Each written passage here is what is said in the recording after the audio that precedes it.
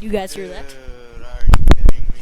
That is the mic slapping against my nipple. So that means it's time for Thick Nipple Weekly. Freaking M93 rap guy in last man, and he brings it out again. Okay, so last week we talked about my thick nipples, which was pretty much the main topic about that episode. But now we're going to talk about some stuff that annoys me.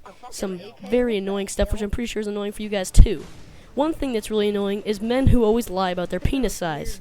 Now, I know Sam here told me that 95% of men lie about their penis sizes, which is actually a really large number.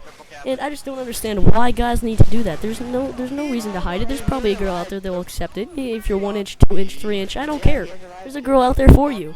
And I really just don't understand why they gotta lie. They're like, oh yeah, man, I'm like a 10-inch cut by 9-inch girth. Like, no, you don't have to lie. I'd rather you tell me the truth than lie about your obviously fake penis. And honestly, I am some of those 95% of men that do lie. I lie about how small mine is, just to make other people feel better. It's actually not as small as I tell them, but just to make them feel better, I say mine's really small. And for example, you guys know those Vienna sausages that come in the can? You know, there's like 6 in the can, they're in that juice and whatever. Mine's about one of those. That's what I normally tell people. It's not actually like that, but I tell people that it's like a Vienna sausage, so they feel better about themselves, and it gets their confidence up, even with their like 2-inch girth and all that crap. Okay, so our next topic is going to be Quaker Oats.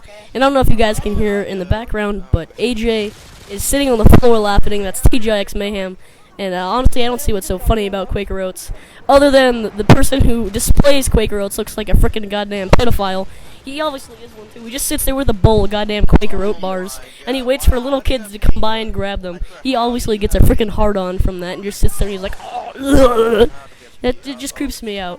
And freaking Quaker Oats taste like crap anyway, so I don't know why freaking kids buy them. They're like, Mom, we gotta go get some Quaker Oats from the grocery store. I tried Quaker Oats, and man, I was hard at the time, and it just made me totally soft and depressed. I just went and laid down on my bed for the rest of the day. I just could not perform after eating them. So if you guys ever if you guys ever buy Quaker Oats, just look at the guy in the box. He's freaking got long George Washington white hair. He's got a weird freaking cowboy black hat, and he looks like a freaking retard.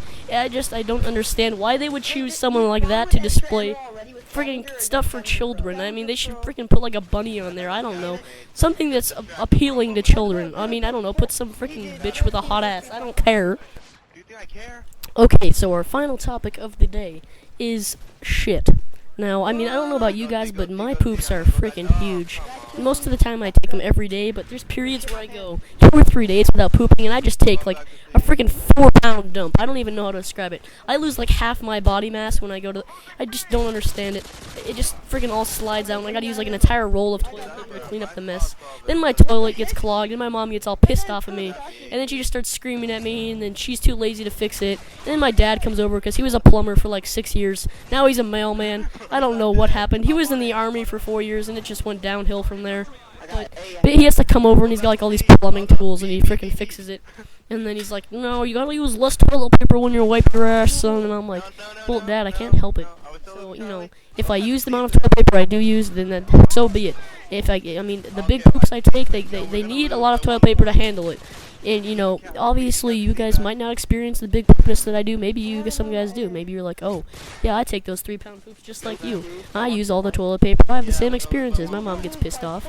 I mean, I don't know. That happens to me pretty much every day. But then there's times where I take little nugget poops and I get all depressed because I don't get anything out of it. It's kind of like constipation. You sit there for like 30 minutes. You put your hard freaking work into there. You're sweating. Maybe your asshole's even bleeding. And you squeeze so hard, and all you get is one little piece of nugget poop out of all that work, and it's just so depressing. You look in the toilet, there's just one inch poop, and it's just like, wow, I did all that work for nothing. That just does not make you feel like you've accomplished anything for the entire day, and it just makes you want to sit down in your bed and eat freaking ranch.